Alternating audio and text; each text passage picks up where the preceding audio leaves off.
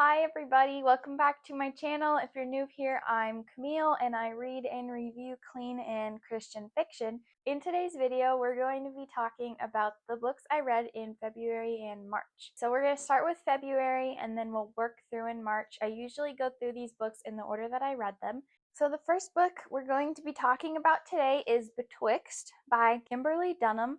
This book is set in Alaska and it has a really fun atmospheric setting. It's about a girl. What's her name? I think her name is Ren. Yes, Ren. She loses her mom in a car accident, so she moves to Alaska because that's where her now guardians live. And she's going to a new school. She's trying to figure out, she's learning stuff about her mom she never knew before. And amidst all these other things, she finds out that she also has some kind of plant magic, which kind of freaks her out a little bit, which is relatable because I'd be freaked out too. I really enjoyed this book. It was really fun to read. I kept being drawn back into it, mostly because of the setting, because the way it was written, it was just so like descriptive, but not too descriptive, but it was like atmospheric and it was just the vibes were there. It was just a fun book to read. I wrote down some content considerations. I'll just read that for you. There is an implied sex scene between, it's not a sex scene, but it's implied that they have sex between an unmarried couple. They wake up in the same bed. That's all you see. There are mild fight scenes. A character is drugged with a magical liquid. A side character is very disrespectful towards her parents. Mentions of cursing. A character has a baby out of wedlock. Another character tries to convince her to abort the baby and she adamantly refuses. That is the content notes. I think this is a YA novel. I would personally recommend it upper YA just because of some of the content, some of the not the language, but like the mentions of language, and then that one character who's like super disrespectful to her parents. I didn't really appreciate that. So that's why it's 4.5 instead of 5. Other than that, it was good. The next book we are going to talk about is The Not So Neutral Zone by Susan and Sarah May Warren. This is a mother-daughter author duo, and this is the first book they've written together, and it was so good. The cover is so cute. As you can see, it's adorable. It is about, it's been a while since I read it, so I forgot the characters' names, Brody and Chloe, and they meet in Barcelona in Spain, and they have like a really amazing day, and they like really connect. And then Brody disappears. And Chloe doesn't hear from him again until like 6 months later, I think. And it turns out that she is planning her sister's wedding, and the guy her sister is marrying is on Brody's hockey team. And so something happened where Brody kind of lost his reputation as a hockey player is kind of tarnished, and so he needs to like get a better reputation, and she needs a date to her sister's wedding. So they sign a contract, like a literal contract, and they fake date. And it's so good. It's so cute. It has such great faith content and so many cute moments. This is probably one of my most favorite rom-coms I've ever read, you guys. It was so cute, and I don't have a physical copy of it yet, which is so sad, but I'm planning on getting one soon because it was adorable and I really want to annotate the book because it was just so cute. Next, we have Valley of Dragons by Christina Baehr. This is the 5th book in the Secrets of Ormdale series. I can't say too much about it because it's the 5th book, but suffice it to say, I gave it 5 stars, I'm pretty sure. 5 stars. I loved it so much. It was probably my favorite out of the whole series. It's a toss-up between book 3 and this one because I love both of those so much, so I can't really decide which one I love more. But they're both so good. It has such a good resolution, such a little happy ending. There's a lot in this book, and honestly, there was sometimes I was like, because we got a lot of new plot threads in this book, and I was like, first of all, what does this have to do with anything else? Second of all, how in the world is she all going to connect this at the end? But don't worry, because she did, and it was great. And it was not pointless at all, and it was just so well written. So yes, I gave this book 5 stars. If you haven't read this series yet, I recommend listening to them on audiobook because the narrator is absolutely delightful. Next up, we have Hearts on the Fly by Toni Shiloh. This is a hockey romance, as you can probably tell. This is her new release. It came out in February, I think. It did come out in February. And this is about Jabari and Val. And Jabari has a hockey accident. He's a hockey player. It leaves him benched. And he can't play hockey anymore. And Val is actually Jabari's Jabari's ex's sister. So Val's older sister dated him when they were, I think, in college. I think. And it ended very badly. Like, it was messy. So her family doesn't really like him very much. And ironically, can I say that? I can't say that because it's not on the back. Something happens and she ends up becoming friends with Jabari because she realizes he's going through a really hard time and he just needs a friend. So their relationship starts out as they're truly just friends, nothing more. They don't want anything else from each other. And it was just super sweet to watch their relationship unfold and also to watch Jabari ask hard questions about Christianity and about God and eventually make his way to God through his injury and everything, and it was just so good. I gave this book 5 stars. I highly recommend it. Toni Shiloh's books always have super great faith content and couples, so I highly recommend this one. I really enjoyed it. The next book we have to talk about is A Menagerie of Dragons by Christina Baehr. I gave this book 3 stars.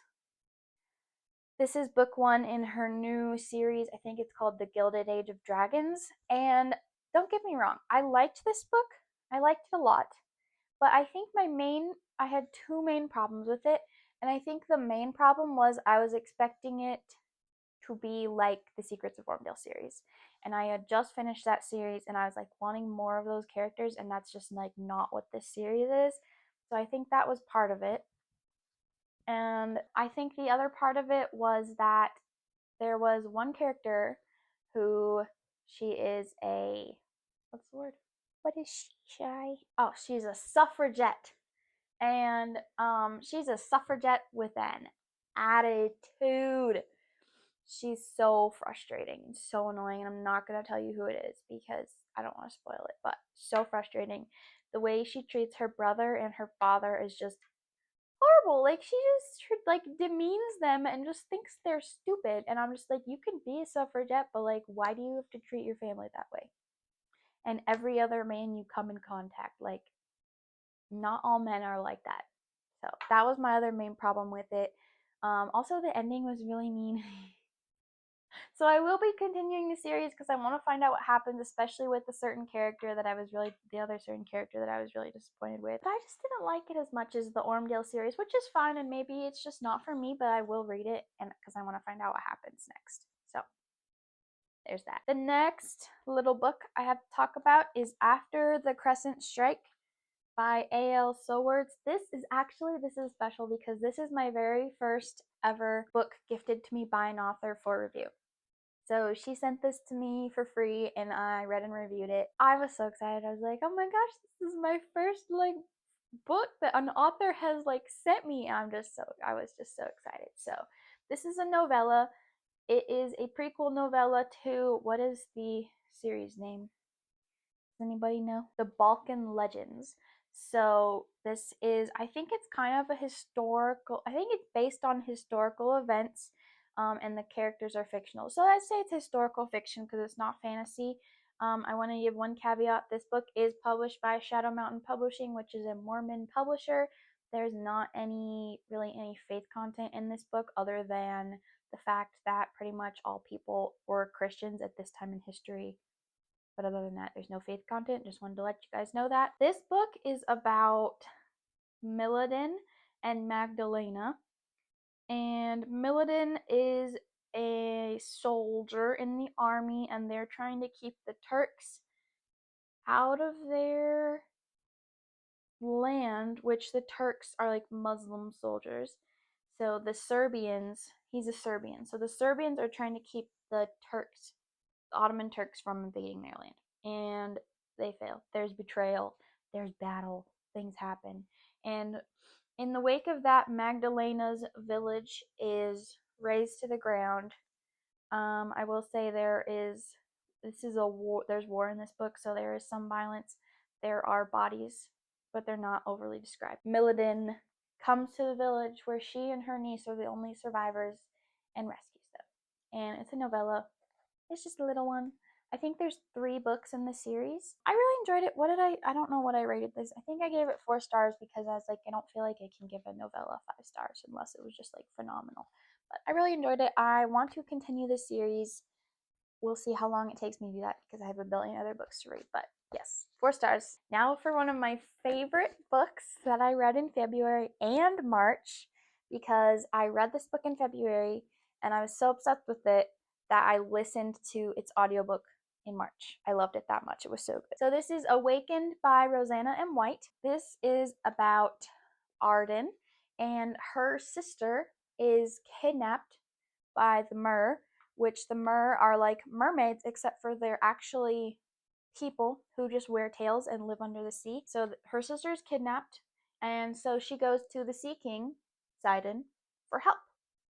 And they are trying to save her sister before it's too late.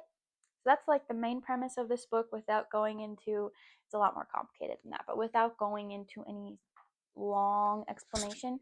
I will say I absolutely love the unique plot elements in this book, like the Mer, and the magic system is so cool. It's so unique. I've never read anything else like this book. And I just love Roseanna M. White. And honestly, if she writes it, I'm gonna read it because like I just love her writing. And so when I saw she wrote a fantasy, I was like, yep, sign me up. I love her historical fiction. I have every single book she's published with Bethany House. I need to collect all of her other books, and it's just so good. I just ordered the 2nd book in this series, Aflame, so I'm so excited for that one to get here so I can like read it and devour it and love it as much as I love this one. Yeah, 5 stars. Highlight of the month. Favorite. So much of a favorite that I reread it in March. You just want love. Yeah, you're so sweet. You snuggle bug. Oh, bless you. Okay, the next book I read in March was actually an arc, and it is The Star Blessed by Angie Dickinson. I gave this book, I think it was 4 stars. Let me double check. No, 4.5 stars. And I had a physical arc copy of it from Enclave Publishing, so that was fun. But since then, my pre-orders came in. I'm going to show you guys this. This is one of my favorite things about Enclave. Look at the foil. Isn't it pretty? I love it so much. Okay, so this book is about, what's her name? Saren. I love that name. That's so pretty. It's so unique. Saren. And she has been locked in, like, isolated like her whole life because her father is honestly a horrible person. He's terrible. And honestly, he's going a little crazy too. Like, he's actually very crazy. So he's just a horrible person all around. One day he just randomly decides that, okay, now it's time for you to come out of isolation and we're going to get you married and we're going to train you because you're the only heir I've got. And obviously I'm not going to have any more, even though he doesn't want her to rule his kingdom. Although she would make a way better ruler than he is because he's insane. Anyways, so this is just about her and her journey and her learning that she has some sort of magic, which is like really bad because her father hates it. So she has to keep that hidden. That's what this is about. This has a slight romance thread. I gave it 4.5 stars, 0.5 mine deducted because it's so slow in the beginning. It takes forever to get into it, and you just want somebody to like kill her father already because he's a terrible person. I know that sounds terrible, but you just want him to like get assassinated because he's horrible. He's abusive. He's terrible. He's horrible. He's terrible. I will say the people who do magic in this book, people who don't have magic call them witches. They're not witches though. But the term is used a lot, so if you don't like that term, then I probably would avoid this book. But they're not like actually witches. Their magic is like comes through their bloodline, and it comes from like kind of like it's God in this universe. That's like there's not really any faith content other than that. And then this is a retelling of Rumpelstiltskin and Catskin. The next 2 little novella / short story I read was Captivated and Celebrated by Roseanna and White. Captivated is a prequel short story to Awakened, and Celebrated is a novella that comes after Awakened, and I really enjoyed both of them. They're both really fun. I wish Captivated was longer. I wish it was a novella, not just a short story. I was obsessed with Awakened, and so I was like, I need to get everything in this world that I can. So that's why I read those. The next book we're going to talk about is A Winter by the Sea by Julie Klassen. This is book 2 in the On Devonshire Shores series. On Devonshire Shores, that's a tongue twister. This book is mainly about Emily. I think she's like the middle sister. I don't know. I really don't want to say too much else except for the Duke and Duchess of Kent and their daughter, the future Queen Victoria, rent the neighboring cottage next to Seaview for the winter, and the Summers sisters are called upon to host 3 of the royal family's male staff in their seaside house. But they soon realize they've invited secrets and intrigue into their home. It was good. I liked it. I listened to the audiobook. I really liked the narrator. It took me a while to finish it and get into it just because I haven't read a Regency book in a long time, and it's more character driven for sure than plot driven, and so that was also just throwing me off. But I really enjoyed it, and it reminded me why I love character driven stories. For 4.5 stars, probably the 0.5 is just because it was a lot slower and it took me a long time to finish. Second to last book we have to talk about in February was Chasing Kensie by Drew Taylor, and I actually got a free copy of the audiobook to listen to and review as the audiobook. I gave this book 4 stars. I liked it. It was good. If I would actually recommend reading it because I didn't really care for the way the author's writing sounded when it was read to me. I just think it's her style, and it's just a lot of the times the characters they sound like they're in a Regency novel. Like they're not, like this is contemporary romance, and it sounded like they were like in a Regency novel. Like their vocabulary and the way they talked, I was like, this is not realistic at all for like contemporary romance.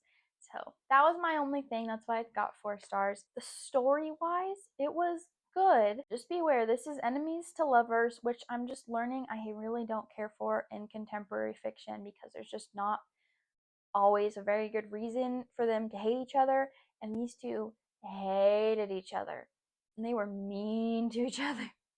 So mean, for like the reason was so stupid. Anyways, and so I did like the way that it painted their relationship. It felt like they were real people, you know? So that was nice because it felt like, okay, yes, we're all sinful. We all say things we don't mean when we're super mad, and people antagonize us and we don't know why for sure. So there was that, and I do understand that. So that's why I gave it 4 stars. But for people who really love contemporary romance and enemies to lovers, I think you'll really enjoy this one. Plus, it has really strong Christian content, which is great. So, yes, Chasing Kensie, 4 stars. The last book that I read in February is The Land Beneath Us by Sarah Sundin. This is book 3 in the Sunrise at Normandy trilogy. If you've been on my channel for a little bit, or if you've seen my other wrap-up videos, this is one of my all-time favorite series. Historical fiction World War II series ever. It's so good. This series, there's 3 brothers and some family drama has happened and they're all like estranged from each other. And so the first brother is in the, he's in the Navy. The second brother is in the Air Force, and then the third brother in this book is in the Army, and they are all part of D-Day on Normandy. So it's really good. This book is about Clay and Leah.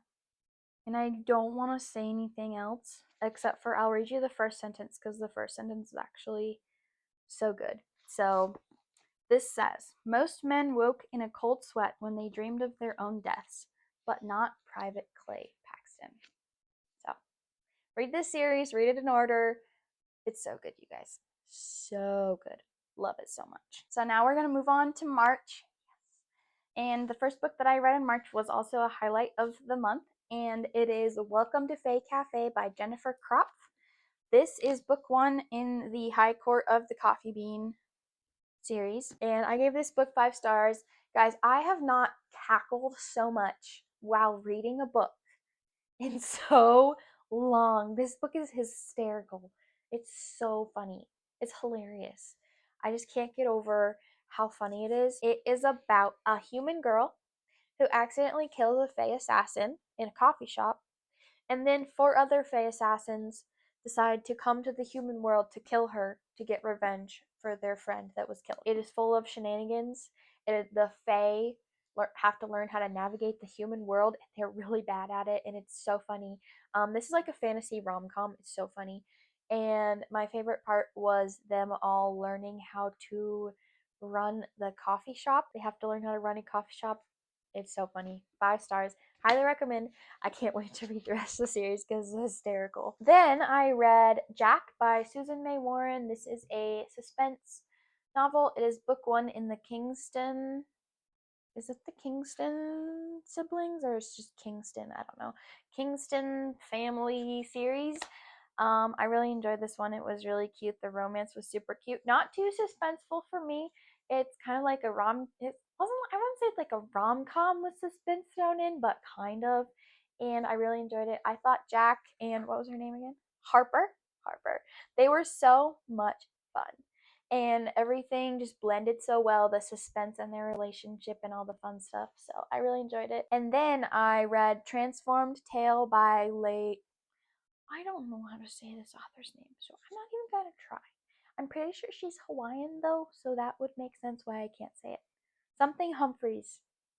I don't even want to try. That's with an L. This is the first book in the Displaced Fairy Tales multi-author series, so it's like 2 fairy tales get intertwined in a weird way. This was The Frog Prince and The Little Mermaid, and I really enjoyed it. It was fun. I gave it 4 stars. I don't really have much else to say about it. I wouldn't probably read it again, but I enjoyed it. It was fun. 4 stars, not 5, 4 stars.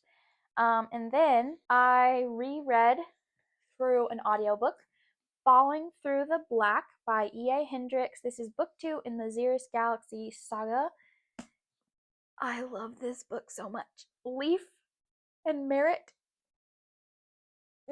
So good. I can't really say anything else about it though because it's book 2, and even though it's separate characters, it all connects. So all I'm going to tell you is read this book. It's so good. And I'm in the middle of reading book 3 right now. And book 3, I think it's going to be my favorite one out of all 3 of them, which is really hard to do because I surely thought that Tally and Renner were going to be my all-time favorite couple from this series. And it kind of looks like the couple from book 3 is going to be my favorite. So.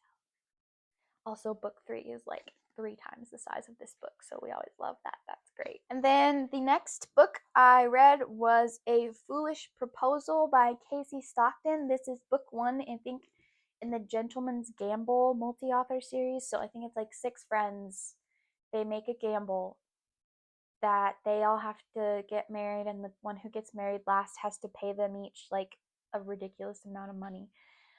So this book was about Tristan and Caroline. Oh yeah, I remember this now. Oh, they were so cute. I don't really have much else to say about it except for it's like childhood friends to more. And it's Regency. And it was so cute. So cute. I loved it so much. Oh, the next book I read was Rainbreaker by J.J. Fischer. This was an arc. This is book 2 in the Painted Wind series. Book 1 is The Heart of the King, and book 2 is Rainbreaker. And let me just tell you, Rainbreaker is like way better than The Heart of the King, in my opinion. In my humble opinion, I loved it way more. It was so good. I loved it so much. I don't know how much I can say about it because it's all connected to the first book. So if you want to read the first book, then I would say go read it. It's about a gravedigger and a soldier who takes her captive. Enemies to more. And yeah, and then the second book connects to that, so it's really, really good. I really love it. I can't really say that much more about it. Okay, and then I read Burning Snow by Abigail Manning. This is the next book in the Displaced Fairy Tale series. This was a mashup of The Little Match Girl, I think, and The Snow Queen. I gave it 5 stars. I loved it so much. It was so funny. It cracked me up. And there was also some plot twists. And I was like, oh my goodness gracious, oh my, oh my. And I don't have very many fairy tale retellings, and I have a few that I want to buy, and this one is definitely one of them, like a physical copy of, because it was so funny. And there's a pet rock, and he just brings so much humor to the story. And if you're like, how can a rock bring humor? You have to read it. It's so good. It was so much fun. I loved it so much. And the romance was actually like super, super, super cute. So cute, actually. So, so cute. Okay. And then I listened to The Seaside Homecoming by Julie Klassen. This is book 3 in the On Devonshire Shores series. It's technically the last book. I think there's also a novella that comes after this one, which I'm like, I need to know because Sarah still has not, it's about Sarah, and she still has not gotten her man. And I think the novella is about her. So even though it's a Christmas novella, I'm planning on reading it soon because I just want to know. I want to know. So this is one that I've been wanting to read ever since the first book came out because it's about Claire. And if you read the first book, Claire is like gone and nobody talks about her. And something happened and we don't know what happened. But in this book, we find out what happened. I gave this book 5 stars. I loved it so much. Claire comes back to Seaview. It's so good. I can't say too much. I don't want to spoil it, but I loved it so much. The romance, the sisterhood, just everything about this book was just like, oh, I loved it so much. 5 stars. One of my all-time favorite Regency books ever. It was so good. I loved it. And then I read an arc of Miss Fortune by Ashley Bustamante. And you guys, I saw Ashley Bustamante was releasing a new book with Quill and Flame Publishers. And I loved her Color Theory trilogy. And I was like, oh my gosh, sign me up for the arc to read it early. And then I promptly forgot that I signed up for the arc. And then I was halfway through the month and I already had like 4 arcs to read anyways. And I got the email, you have received an arc for Miss Fortune. And I was like, oh, huh, I forgot about that. So I read it and it was really good. I gave it, I don't know, I think 4, I'm pretty sure 4 stars. It was good. It wasn't a 5-star book, but I really enjoyed it. I want to buy a copy of it. I want to buy the hardcover copy of it because the Quill and Flame edition has really pretty printed edges and the cover is just so pretty and it's just such a pretty purple bluish cover. I just want it so bad. It's so pretty. So I really enjoyed it. This book is about Nia and she is given a stone that gives her luck. And when she doesn't have the stone, she doesn't have any luck. And she only has luck as long as the moon is in the sky. So when there's no moon, she like runs out. So that's pretty much what the story's about. It was so interesting. It was so intriguing. It was such an interesting like premise that I haven't seen in like before. It was just so good. Also the little like romance, it was like really mild, but it was like super cute. So I was here for it. It was adorable.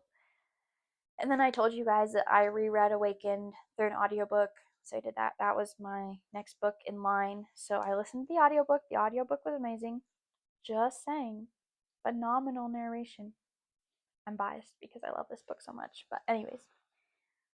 Then I reread Gods and Kings by Lynn Austen. This is book 1 in the Chronicles of the King series. It's biblical fiction. So it's about King Ahaz and Hezekiah and their reign. And I gave this book 5 stars. This is a reread. I love it so much.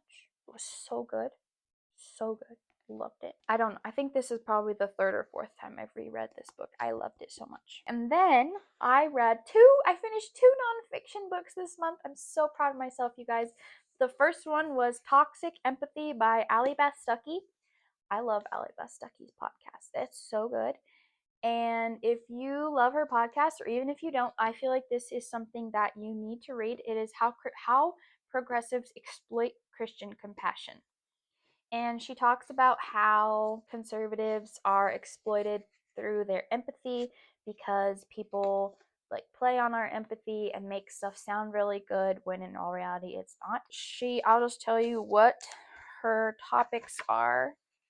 Okay, so she has 5 lies that the left tries to sell to Christian conservative women. I think this is mostly geared toward women, which is, yeah. So lie number 1 is abortion is healthcare. Lie number 2 is trans women are women. Lie number 3 is love is love. Lie number 4, no human is illegal.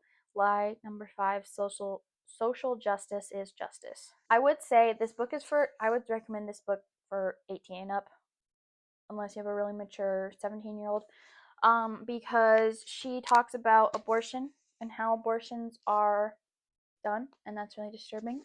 And then she also talks about transgenderism and surgeries to transition, and that was really disturbing. And then there's also some talk about some killings and stuff by illegal immigrants and everything, so I would definitely recommend it for an older, more mature audience.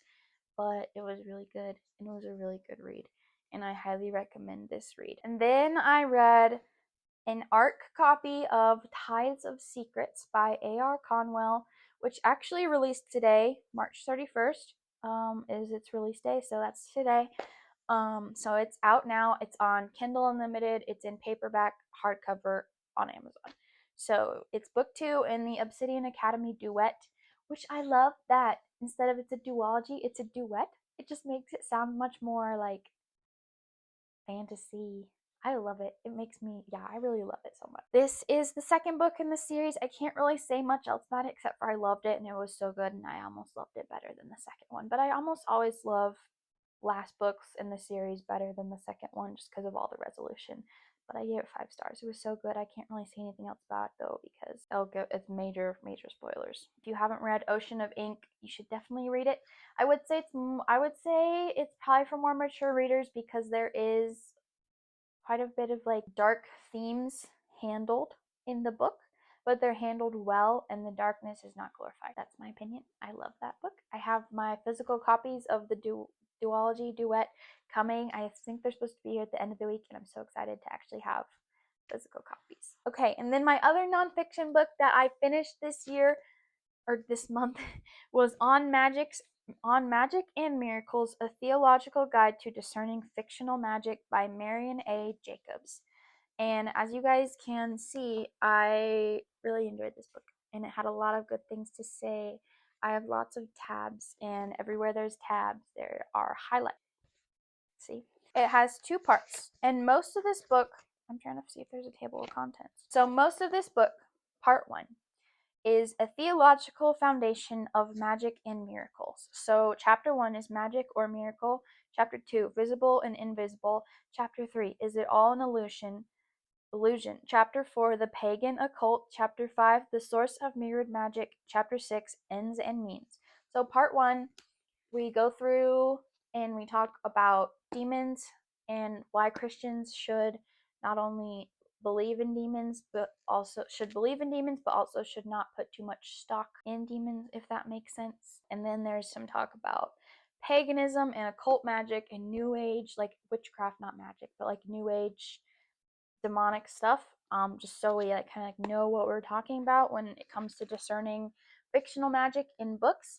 And then the second part is discerning fictional magic through scripture, and those chapters are why does the church need fantasy, the dangers of overcorrection, your parenting superpower, literary considerations, discerning stories, what about Harry Potter, which is like a whole chapter just talking about Harry Potter, which I found really interesting, and final thoughts. And there is an appendix of further resources in the back of this book, just of places you can go to find safe books for your children to read, Christian review websites and stuff like plugged in. I thought it was really interesting. I don't know. Whenever I read a nonfiction book, I'm just like, yeah, 5 stars, unless I hate it. And I've never read one that I hate. So pretty much any nonfiction I read is going to be just 5 stars. And there was a lot in here, and it gave me a lot to think about, and I actually have never read Harry Potter before all the way through. When I was 18, I listened to the first 2 books. I got a little less than halfway through the 3rd book, and I was like, oh, I'm creeped out, not because of the witchcraft, but just because some of the other like monsters, and I was like, okay, I'm creeped out, I think I'm done. But I decided I wanted to read through the whole series before I form my opinion. And I decided that after I finished this book because it gave me a lot to think about and a lot of good things to look for when you read magic in books. just such as like, where does the magic come from? What do the characters intend to do with their magic? How is magic portrayed? How is like the dark magic portrayed? How like, or the bad evil magic or whatever, you know? I'm trying to see if I can find the list of questions to ask yourself when you're reading a book with magic in it.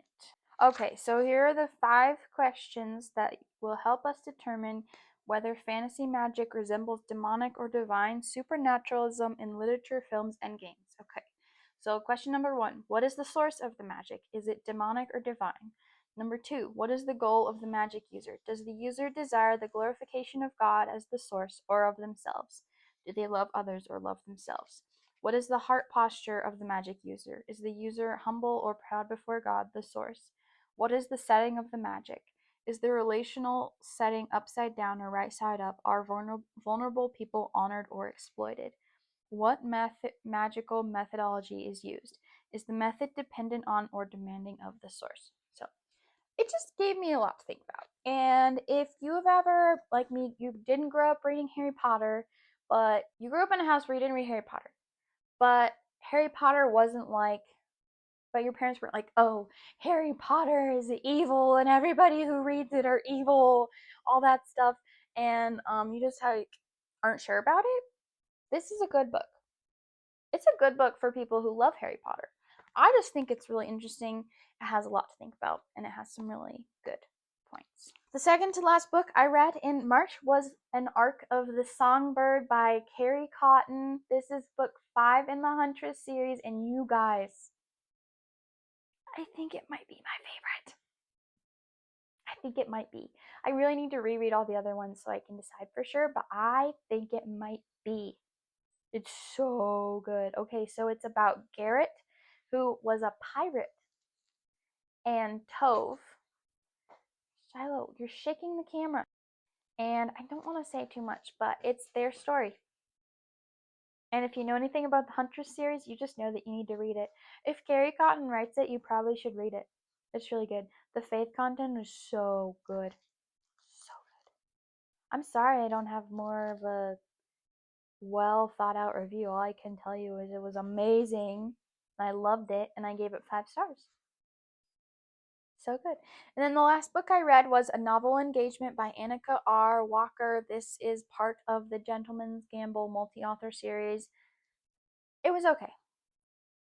It was honestly a little ridiculous. I think I gave it 4 stars just because I didn't want to give it 3 stars because I didn't dislike it, but I also wasn't like in love with it, and I was just kind of like, it's fine, but it's not great. And the reason that they disliked each other was like really pitiful, and I was like, you guys, are you adults? Because we're not acting like adults.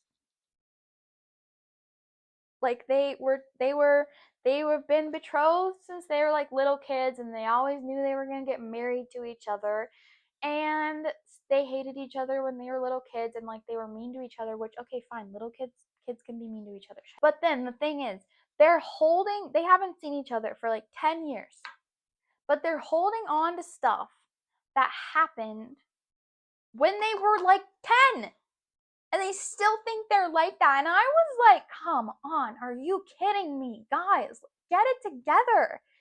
And I was just like a little frustrated the whole time. I almost didn't finish it a couple times because I was just like, I just can't with you two. I just can't with you two. You're so irritating. Like, get it together. Like, be adults. Like, are you an adult? Like, are you really? Because I don't think you are. You're not acting like it.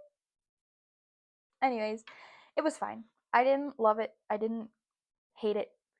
It was a little annoying, but I just really want to find out who loses the bet. So that's why I'm reading this series. Those are all the books that I read in February and March. And I think that was like 13 plus 13 is 29 books. So yeah, that's all I read. And those were good reading months. In March, I read a lot more books than I thought I would. I did not think I was going to get to read that many, but I just like flew through them. It helps when you're a type 1 diabetic and your blood sugar goes low in the middle of the night, so you just read books until You know, you have your snack and then you just lay in bed and read until your blood sugar comes back up. That's what happens to me sometimes. So that's sometimes if I have a lot of little short fun books like the Displaced Fairy Tales books and the Gentleman's Gamble books, those were mostly read at night. Yeah. I think I'm going to tell you guys my April hopefuls. So I'm actually going to go get those and then I'm going to talk to you guys about those real quick. Just got to find it in my reading journal here. Oh, yes. Okay, so I have 9 books that I put as hopefuls. I started making monthly TBRs and I decided to change it from TBR to hopeful because if it's a TBR, it makes me feel like that I'm like a bad person if I don't get it read in time, like in that month. So instead of making it my TBR, it's like, oh, this is my hopefuls. Like, oh, hopefully I'll get to that because I'm a huge mood reader. So I think putting the TBR term on it just really like, my brain doesn't like it. It really bothers me. Like, it's like, no TBR. The first book is the Agape Bearer, no, Wishing Stars by Hannah Lindsay. It's the first book in the Agape Bearer series. I'm pretty sure I've talked about this book a couple times on here, so I'm not going to give you the whole blurb. So that one's on here. And then we have Illuminary by Shauna Schroeder, and I just talked about this book in my 26 books in 2026. Actually, 1, 2, 3, 4, 5, 6 of these are from that list, so I won't be reading you the blurb because I just did that. Oh no, 5 of them are. And I'm really hoping to read this one because Perplexity, I think, is coming out in April, which is book 2, and I was moving the tripod. And I actually have an arc of that from Enclave on my Kindle of the second book, so I really want to read the first book soon so I can read the second one, so that's exciting. Then I have The Governess of Penwith Hall by Sarah E. Ladd. This is book 1 in the Cornwall novels, so this is the first Cornwall novel. Blamed for her husband's death, Cordelia Graythorne fled Cornwall and accepted a governess position to begin a new life. Years later, her employer's unexpected death and his last request for her to watch over his 5 children force her to reevaluate. She can't abandon the children now that they've lost both parents, but their new guardian lives at the time-worn Penwith Hall, back on the Cornish coast she's tried desperately to forget. Jack Twethway is determined to leave Penwith Hall's once flourishing apple orchards, and he'll stop at nothing to see his struggling estate profitable again.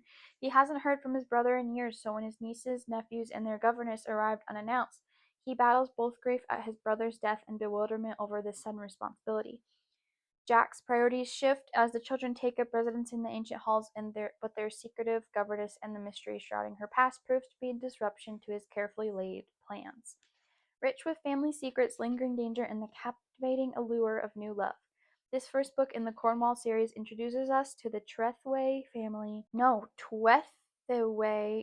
How do you even say that? Twethway. Twethewey.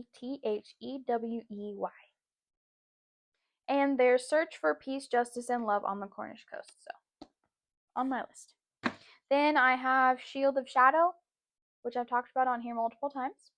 A Song in the Dark by Kimberly Woodhouse. I don't have the blurb, but I do know it's about a blind pianist in World War II. So that should be really good. I have the audiobook on Audible, so I'm really excited about that. Also, Tainted by Morgan L. Bussey. I have that audiobook on Audible as well, and that is on my 26 and 2026 list. Then A War of Crowns by Ashley Willingham. This is book 1 in the series. I don't know what the series is called. I don't know. But it's a Christian fantasy book. That's all I know about it. I don't know anything else about it, actually.